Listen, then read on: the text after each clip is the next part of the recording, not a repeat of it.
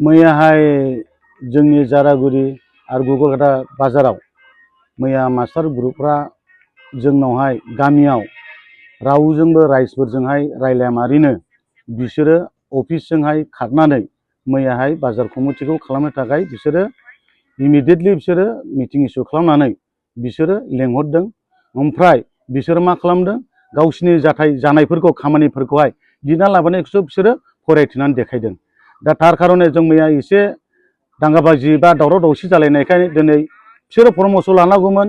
जारागुरिनि ओनसोल बाजुगाव बा जारागुरिनि मार्केटनि मानसिफोरखौ लानानै सेंग्राफोरखौ लानानै बिसोरखौ लानानै बिसोरो मिटिं खालामनानै सोरखौ सेक्रेटारि प्रेसिडेन्ट दोननांगौ दोननाङामोन बेबायदि बिसोरो खालामालाबायनो बिसोरो मास्टार जानानैहाय दिनै गभर्नमेन्टनि जग जानानै बिसोरो बेबायदि खामानिखौ मावनाया बिसोरना गोरोन्थि जादों बायदि जों मोनदों।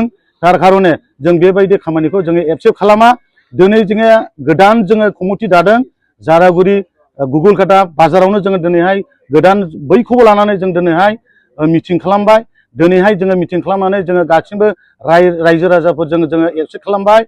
दिनै आमायस्वर नर' इसवारिखौ जोङो प्रेसिडेन्ट दोनबाय, सन्जित बसुमतारीखौ जोङो सेक्रेटारि दोनबाय। बैखौ रायजोआनो बयबो समर्थन खालामनायखाय जों बयबो गोजोन मोनदों।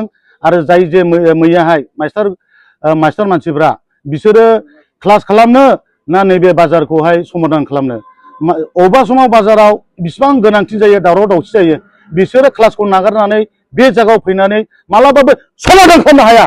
मानो होनना बुङोब्ला बिसोरनो अलरेडि बिसोर साख्रियाल मानसि 80,000 90,000 बिसोर मोनखायो। होमब्ला बेबायदि जों आनप्लेड सिटिजेन जोंनि बेखार मानसि दङ, बे बेखार मानसिखौ बिसोरो समाधान होनो जेनथेन बिसोरो मा खालामदों, गावसोरो थख' मास्टारफोरखौ ज' लानानै सेक्रेटारि प्रेसिडेन्ट खालामनानै बेबायदि खामानिखौसो मावना फैदों। जों बेखौ एक्सेप्ट खालामनो हाया, थैनो जों खालामनो हाया। बेनिखायनो आं दिनै बुंदों रायजोफ्राखौबो बा बैबो मास्टारफोरखौ आं बुंनाय जाबाय दिनै। दा बिसोरबो जुदि नेक्स्टआव जोंनि खोथाखौ जुदि मानियाबा जोङो मोजां गिदिर सिद्धान्त लानाय जागोन। आरो नङाबा जोंजों गावजों अखा नायलानो जोङो मोखां नुलायलायो। नङाब्ला जोङो एक जन जोङो नाम खारिनाय होनाय जागोन, स्कुलनि नामखौबो होनाय जागोन। जों बेखौ जोङो मानिनाय नङा। दिनै जों मिटिं गठन खालामदों, दिनै राइजखौ लादों, गासिबो हारसा बर' सान्थाल गासिबो जों लानानै इउनियन टटंखौ लानानै जों दिनै खालामबाय। दा बेनो दिनै एबसेन्ट जानांगौ। बिसोरो दिनै साख्रियाल गोनाङा बेबायदिखौ बिसोरो लोगोआव एडभाब खालामनो नाङा बायदि आं मोजां मोनदों। दे बिदि दाजाथों। दिनैनि जोङो खालामदों मिटिंखौ, बे खामानिया दिनै एक्सेप्ट जानांगौ होननानै आं सरकारनि थरफनिफ्रायबो आं मोनसे खावलायनाय थाबाय। बे सरकाराबो साख्रियाल गोनांफोरखौ जाहाथे एक्सेप्ट खालामथों, बेखार मानसिखौ जाहाथे एक्सेप्ट खालामगौ होननानै आङो सरकारफोरखौ मिजिंथिबाय।